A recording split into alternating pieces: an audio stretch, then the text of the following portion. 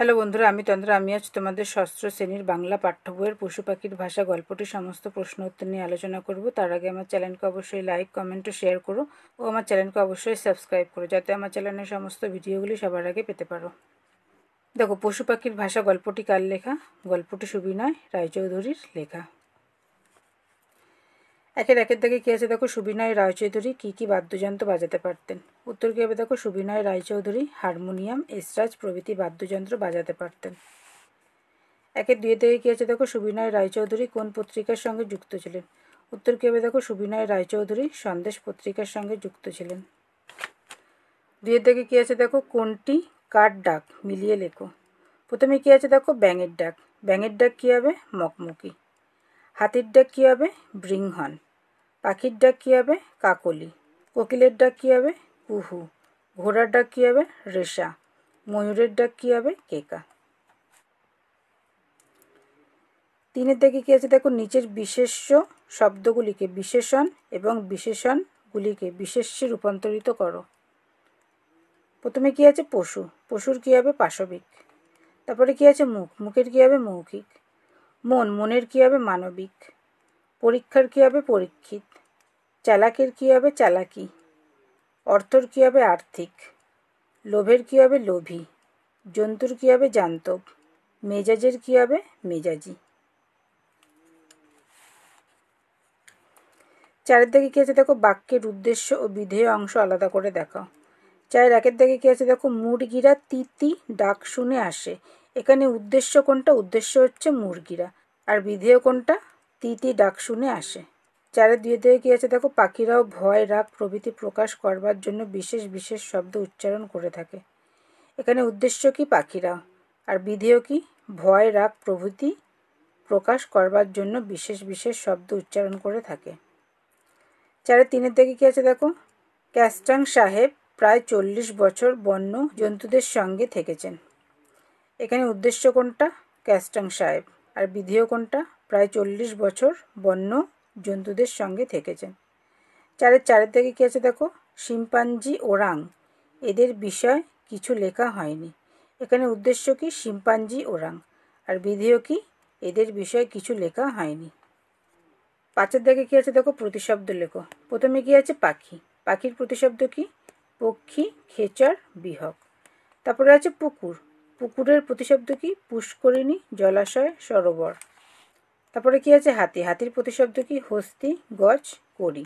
তারপরে আছে সিংহ। সিংহর প্রতিশব্দ কি? কেশরী, পশুরাজ, মৃগেন্দ্র। তারপরে কি আছে? বাঘ। বাঘের প্রতিশব্দ কি? ব্যাঘ্র, শার্দুল, শের। ছয়ের দাগে কি আছে দেখো, নিচের যে শব্দগুলিতে এক বা বহু বোঝাচ্ছে তা চিহ্নিত করে লেখো। ছয়ের একের দাগে কি আছে দেখো, কুকুরেরাও কথা শুনে হুকুম পালন করতে ওস্তাদ। এখানে কুকুরেরাওটা কি হবে? বহু। ছয়ের দুইয়ের দাগে কি আছে দেখো, তোমার দৃষ্টি আকর্ষণ করতে চাইছে। এখানে তোমারটা হবে এক। ছয়ের তিনের দাগে কি আছে দেখো, বিপদের সময় পরস্পরকে জানাবার উপায়ও পশু পাখিরা বেশ জানে। এখানে পরস্পরকে ও পশু পাখিরা দুটোই হচ্ছে বহু। ছয়ের চারের দাগে কি আছে দেখো, রিউবেন কাস্টাং নামে একজন সাহেব বহুকাল পশুদের সঙ্গে ভাব পাতিয়ে বেরিয়েছেন। এখানে একজন হচ্ছে এক আর পশুদের হচ্ছে বহু। ছয়ের পাঁচের দাগে কি আছে দেখো, একেও ভাষা বলতে হবে। একেও হচ্ছে এক।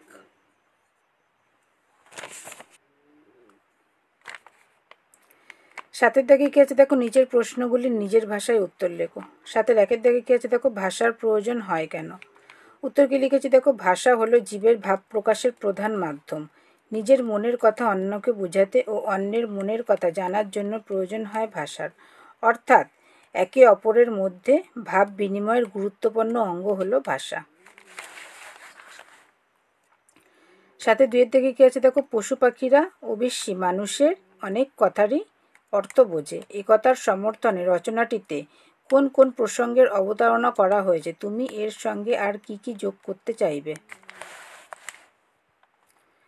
উত্তর কি লিখেছি দেখো, সুবিনয় রায়চৌধুরীর লেখা পশু পাখির ভাষা গল্পে প্রশ্নোদ্ধৃত উক্তিটির সমর্থনে রচনাটিতে কুকুর, বনমানুষ, ঘোড়া, হাঁস, মুরগি, ছাগল ও হাতির কথা বলা হয়েছে। অর্থাৎ বুদ্ধিমান প্রাণীদের মধ্যে কুকুর, বনমানুষ, ঘোড়া এরা মানুষের মুখে নিজেদের নাম শুনে কান খাড়া করে ও ছুটে আসে। তাছাড়া মুরগিরা তি তি, হাঁস সই সই, ছাগল অর অর ডাক শুনে আসে। পরের উত্তরটা কী হবে দেখো, হাতি মাহুতের নির্দেশ মেনে চলাফেরা করে, গরু গাড়োয়ানের কথা শোনে।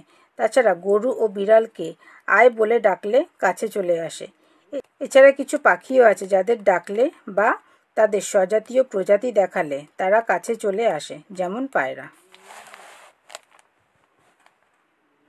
সাথে 3 থেকে কী আছে দেখো, রিউবিন কাস্টাংয়ের অভিজ্ঞতার কথা পাঠ্যাংশে কিভাবে স্থান পেয়েছে তা আলোচনা করো। উত্তর কি লিখেছি দেখো, সুবিনয় রায়চৌধুরীর লেখা পশু পাখির ভাষা গল্পে রিউবিন কাস্টাং একজন পশুপ্রেমী ছিলেন, যিনি তার জীবনের প্রায় 40 বছর পশু পাখিদের সাথে জীবন জঙ্গলে অতিবাহিত করে তাদের ভাষা আয়ত্ত করেন। অর্থাৎ তার ছিল জংলি অভিজ্ঞতা। জঙ্গলে থাকা অবস্থায় তিনি বহু পশু পাখির সাথে ভাব পাতিয়েছেন। ফলে তিনি যে বিপদে পড়েননি তা না, উনাকে নানা সমস্যার সম্মুখীনও হতে হয়েছে। যেমন তিনি কতবার জংলি হাতির সামনে পড়েছেন, বাঘের গরম নিঃশ্বাস অনুভব করেছেন, প্রকাণ্ড ভাল্লুকের থাবা মুখের সামনে দেখেছেন। গরিলা তো একবার তাকে প্রায় জড়িয়ে ফেলেছিল, কিন্তু প্রতিবারই তিনি রক্ষা পেয়েছেন, যা সম্ভব হয়েছিল শুধুমাত্র পশুদের ভাষা সম্পর্কে জ্ঞান থাকার জন্য। তার মতে পশুদের আদব কায়দা জানলে তেমন কোনো ভয় থাকে না। তাই পশুদের শব্দ নকল করতে পারায় তিনি তাদের সাথে বন্ধুত্বও করতে পেরেছিলেন। সাথে 4 দিকে কী আছে দেখো, একেও ভাষা বলতে হবে, কাকে ভাষার মর্যাদা দিতে হবে বলে বক্তা মনে করেন। তুমি কি এই বক্তব্যের সঙ্গে সহমত? বুঝিয়ে লেখো। উত্তর কি লিখেছি দেখো, সুবিনয় রায়চৌধুরীর লেখা পশু পাখির ভাষা গল্পে রিউবেন কাস্টাং সাহেবের মতে পশুরা শুধু শব্দের সাহায্যে নয়, তারা নানা রকমের ইশারার মাধ্যমে ভাব প্রকাশ করে। পশুদের এই নানা ইশারাকেই তিনি ভাষার মর্যাদা দিতে হবে বলে মনে করেন। পরের উত্তরটা কি লিখেছি দেখো, হ্যাঁ, এই বক্তব্যে আমিও সহমত জ্ঞাপন করি। আমরা ভাষার মাধ্যমে নিজেদের ভাবের আদান প্রদান করি। অনেক সময় আমরা আকার ইঙ্গিত বা ইশারাতেও ভাব প্রকাশ করি। তাই পশু পাখিরা যে ইশারায় ভাব প্রকাশ করতে পারে সেই ইশারাকেও ভাষার মর্যাদা দিতে হবে। 7-5 দিকে কী আছে দেখো, তাই তারা স্বভাবতই নীরব। কাদের কথা বলা হয়েছে? তাদের এই স্বভাবগত নীরবতার কারণ কি? উত্তর কি লিখেছি দেখো, সুবিনয় রায়চৌধুরীর লেখা পশু পাখির ভাষা গল্পে উদ্ধৃত অংশে জংলি পশু পাখিদের কথা বলা হয়েছে। পরের উত্তরটা কি লিখেছি দেখো, পশু সাধারণত পোষ্য ও বন্য হয়ে থাকে। পোষ্য প্রাণীদের নিজেদের প্রাণের ভয় থাকে না, তাই তারা নীরব থাকে না। কিন্তু বন্য পশুদের নিজেদের প্রাণ রক্ষার তাগিদে আত্মরক্ষার জন্য সতর্ক হয়ে জঙ্গলে চলাফেরা করতে হয়, ফলে তারা স্বভাবতই নীরব থাকে। 7-6 দিকে কী আছে দেখো, এরা তো মানুষেরই জাত ভাই। কাদের মানুষের জাত ভাই বলা হয়েছে? তা সত্ত্বেও মানুষের সঙ্গে তাদের কোন পার্থক্যের কথা পাঠ্যাংশে বলা হয়েছে তা লেখো।